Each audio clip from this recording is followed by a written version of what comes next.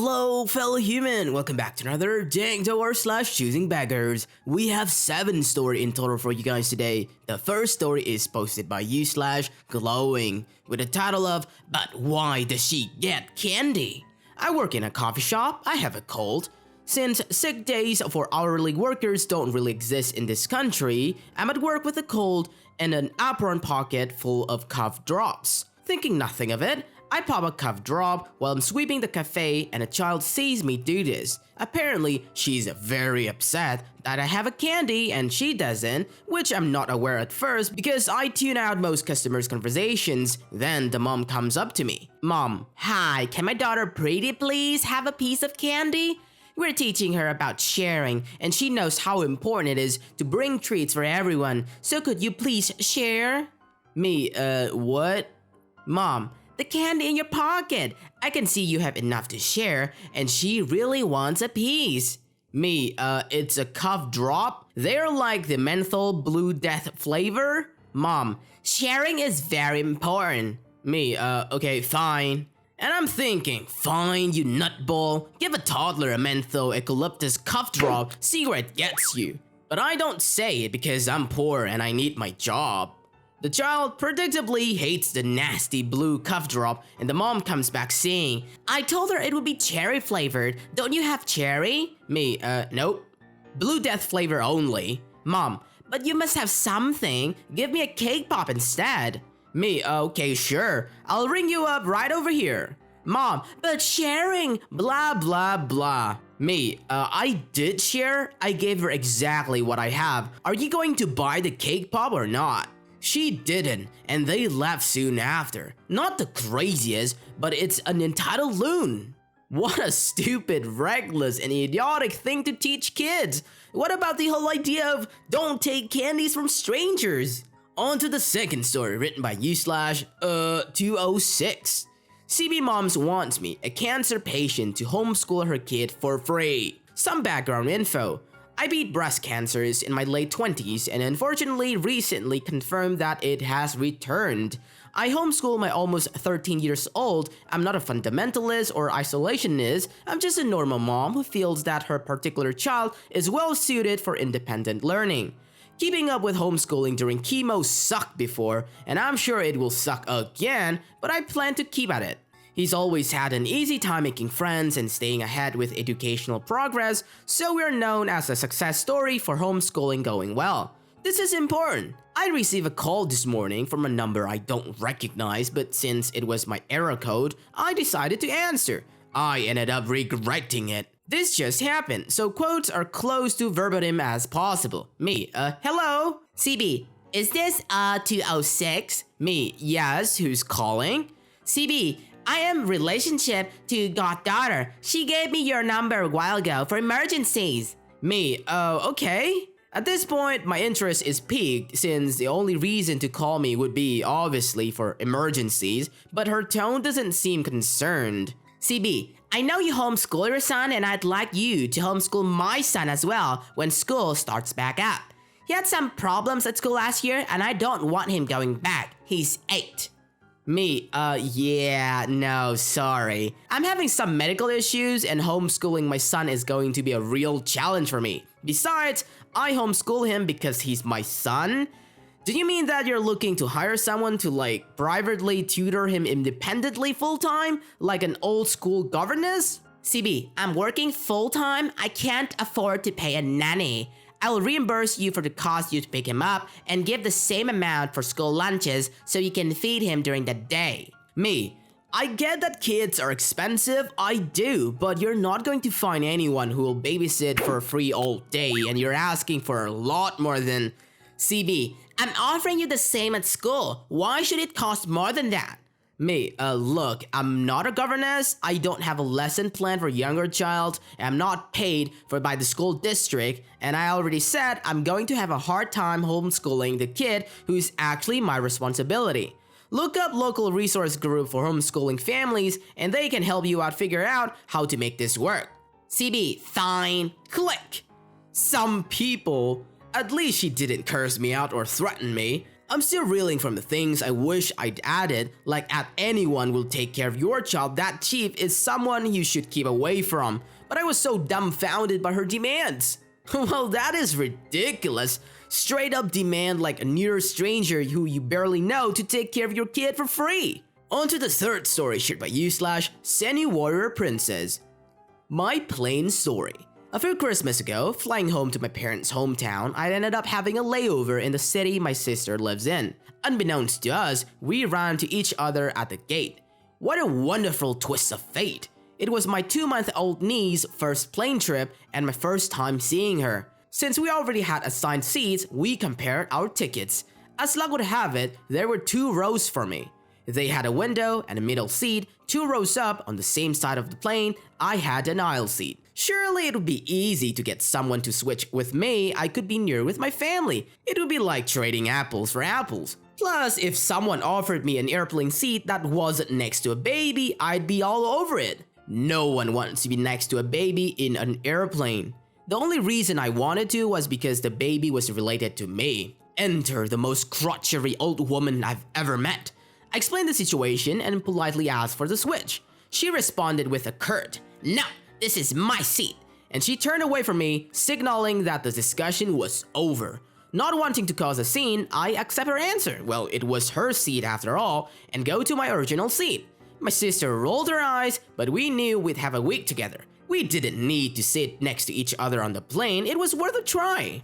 Halfway through the flight, I'm shaken awake. I sleep quite soundly on airplanes, I always have. I assumed that one of my roommates needed to use the restroom. I opened my eyes to find the crotchery lady standing over me. Her, "Get up!" Me, why? Her, "You want to change seats." Me, "That was an hour ago?" And that's when I heard it. The unmistakable sound of a screaming infant. I smiled, understanding that the woman had regretted her decision to be stingy and was now demanding the trade. However, being crotchety, she was still incapable of any politeness. "I'm good here," I told her. I was napping. "This is my seat," she screeched. "No, it literally isn't," I responded. At this point, the stewardess approaches us to see what the problem was. The old woman demanded that I get out of my seat. I handed my ticket to the stewardess, explaining that I had indeed asked the woman to switch when we were boarding, and she turned me down. The old lady gestured to my willing niece and stated she obviously couldn't sit there and she wanted to switch now. So, the stewardess clarified, "You didn't want to switch seats, but now there's a crying baby, you've changed your mind." "Yes," screeched the old hag.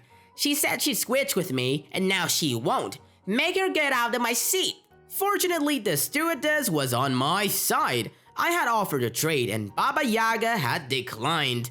Now that circumstance has changed, she couldn't force me to switch when I didn't want to.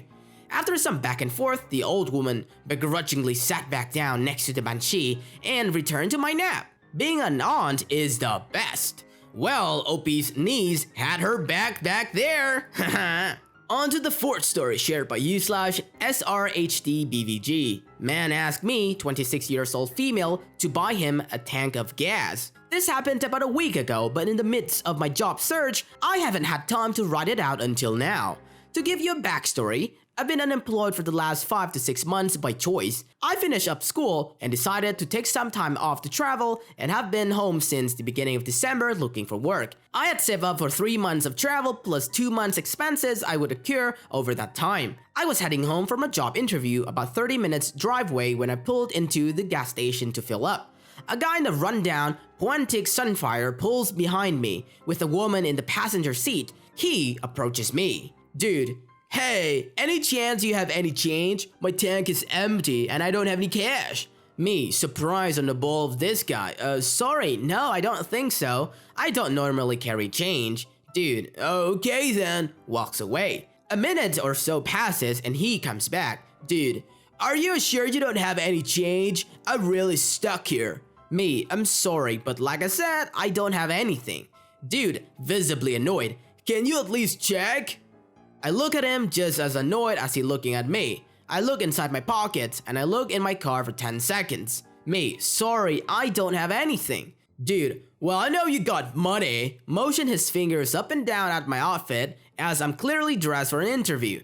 And I really need this. Would you mind buying some gas for me, on your credit card? Me, I'm sorry buddy, but I just came from a job interview. I've been unemployed for the last 5 months. I don't have much myself. I can't help you. Dude, come on, a tank is only like $14. Me, very annoyed at this point.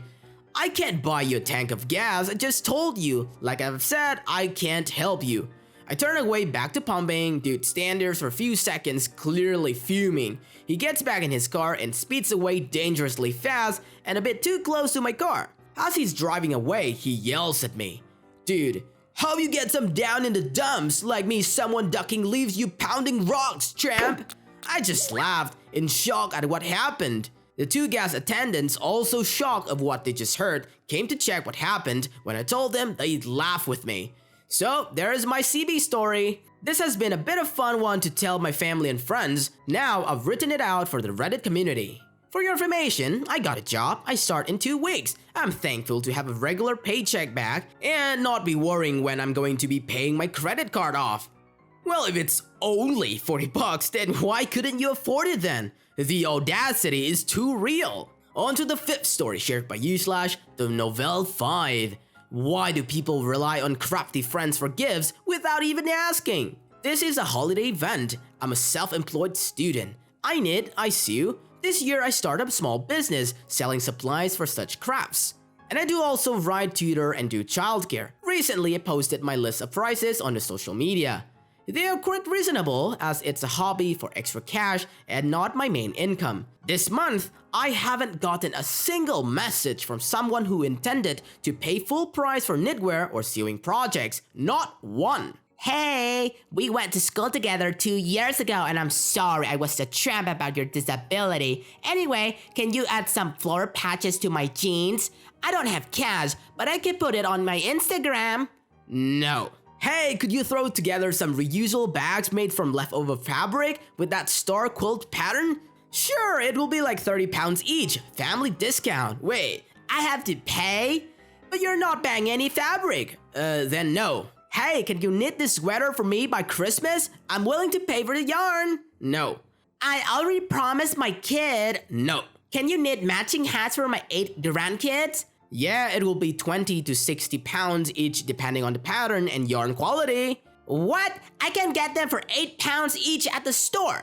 Well then get those! The worst part is, they act as if I'm personally responsible for them not having gifts when they choose to rely on a relative or Facebook friend's willingness to do a lot of work for free.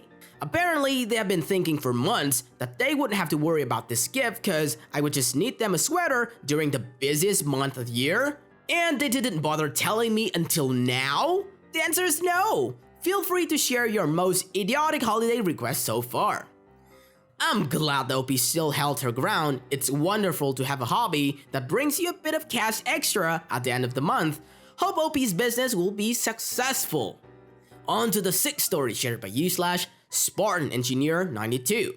I applied for a janitorial job for a large apartment complex. The interview was a group interview, which I thought was weird, but whatever. I needed a job and some extra cash while I was finishing up my degree. The interviewers went on and on about the goal-oriented and the top-level characteristics people needed to have to excel at this position.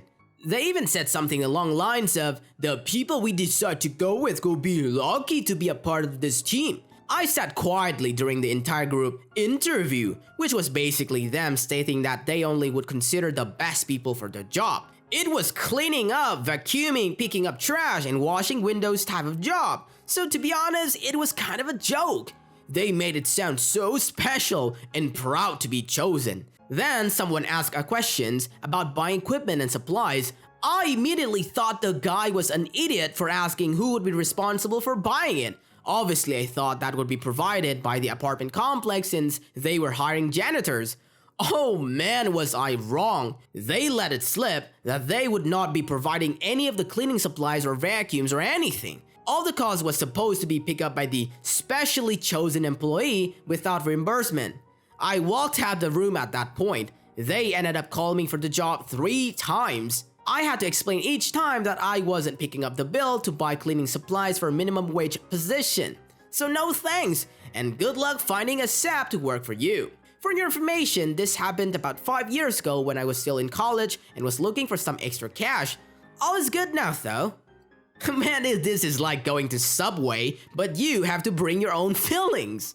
On to the 7th story shared by you slash a couple of Irish folk. How many likes and share for a free canvas? Pretty revenge on CB. Story time!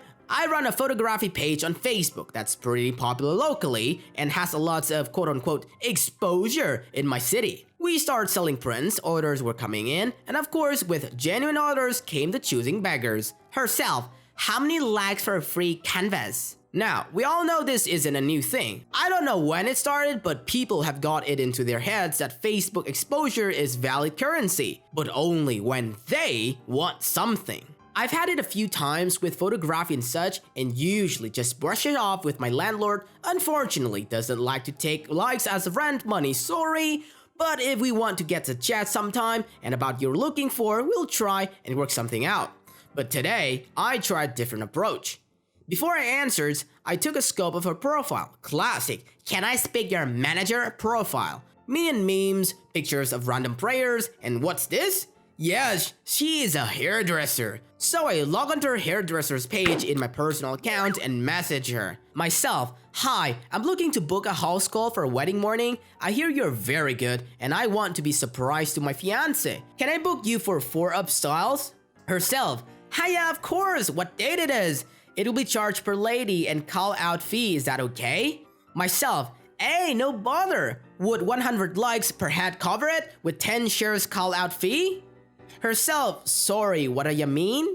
Myself, 100 likes per head and 10 shares call out fee. That's an acceptable price. I couldn't offer more than 120 likes per head. Do you accept the retweets? Herself, sorry, I don't have time for this. We don't do that sort of thing. Now, that's where I left it before logging back into the photography page and replying to her original message asking, how many likes for a free canvas?